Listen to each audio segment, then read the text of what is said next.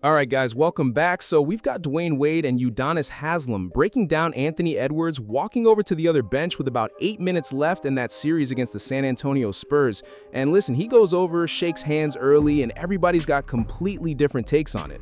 But the two former Miami Heat teammates jump in and give their perspective on it. So we're going to react to this because Haslem actually says something really interesting to Wade about what he would have done in that situation. And just imagine if he saw Wade walk over and try that against the team they couldn't quite get over the hump with, or one they were really struggling to beat. It wasn't about going down there and shaking their hands. I understand going down there and shaking their hands. I'm definitely going to go down there and shake their hands. But when you come out with 8 minutes to go, there's guys that have sat on that bench that have cheered you on all year. And even in that particular situation, had cheered you on that particular night. Now, those 8 minutes might not mean much to you, but that might mean everything to them. They might be playing for another contract. They might be just playing for an opportunity. Whatever that 8 minutes means to them, I just want you to breathe life into them like they breathe life into you. Then after the game, you can go down there and shake that team hand. If we're saying that's okay for Ant, then are we saying that's okay for Julius? Are we saying it's okay for McDaniels? Hell, Rudy played with Wemby. Why he ain't go down there and shake his hands? Or is Fish gonna go down there and shake Mitch's hand? So are we saying it's only okay for Ant, or are we saying it's okay for everybody? If we're only saying it's okay for Ant, then that's not okay. Because now we're separating ourselves. Now, that's not okay. Or if we're saying it's okay for the whole team to do it, then that's not okay either, because now we just completely waved the white flag. Now, Udonis Haslem, in my opinion, is actually right on that point. If that was Rudy Gobert or somebody in that same category, people would have immediately brought up Draymond Green and that whole choke incident and started calling him soft, no question about it. I think Anthony Edwards is kind of in that middle ground right now because he did battle through injury. But listen, to basically wave off the game with 8 minutes still left, even if you're down 30 or whatever the margin is, that's a tough look. I mean, we literally saw what happened with the New York Knicks last night, right? Like, we just saw that exact situation, where the Knicks were down 22 with 8 minutes remaining and still tried to fight it out. And that's exactly the reason you don't just walk over and do something like that in the middle of a game. That white flag was pure white. That white flag have been waved. Yeah. Okay, that yeah, was pure you waved, white. but the mindset is still what?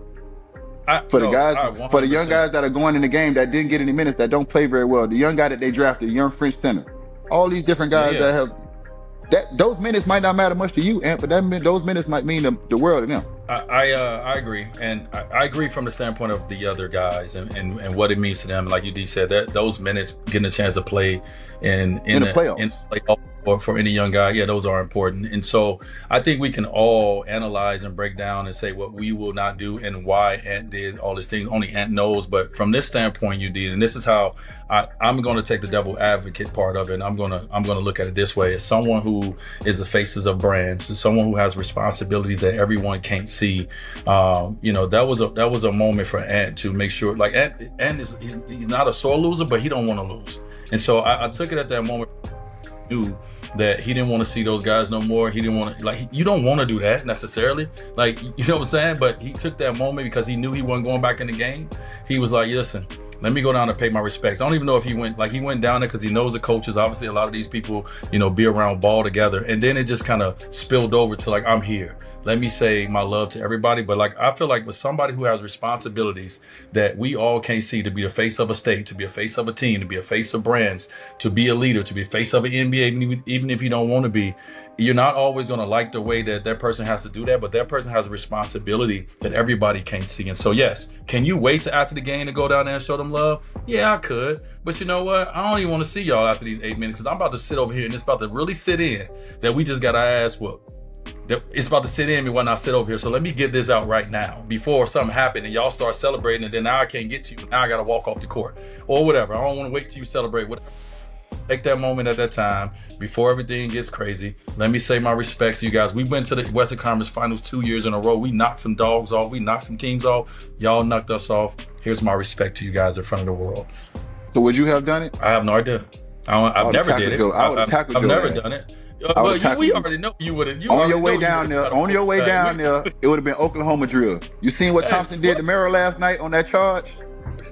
Yeah, boy, that would have happened on your way down there. That I would have smacked. I couldn't have. Now, I heard everything Stephen A. Smith said on First Take about this whole idea that there was another message being sent, like the Spurs putting a real team around Wemby. I need some of those same pieces around me, no question about it. Like that was the message Anthony Edwards was sending when he walked down there and put that on the organization itself.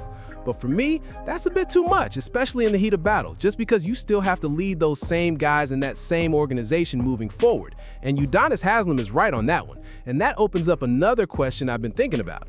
Based on what Haslem said, he would have checked Dwyane Wade in some form if he had done something like that back then. Is there anybody in that locker room who would actually challenge the superstar of the Minnesota Timberwolves? And remember when Udonis Haslem was in that locker room going back and forth with Jimmy Butler. He wasn't even a top player at that point in his career. He was basically the voice, the locker room guy, the enforcer in a different way. But when he felt things slipping, he wasn't afraid to speak up. And I'm not saying these situations are identical, but is there someone who can look Anthony Edwards in the eye and say, look, a lot of us didn't write that. A certain group in this locker room saw that as weak. Can you even have that kind of real conversation with him if it came down to it?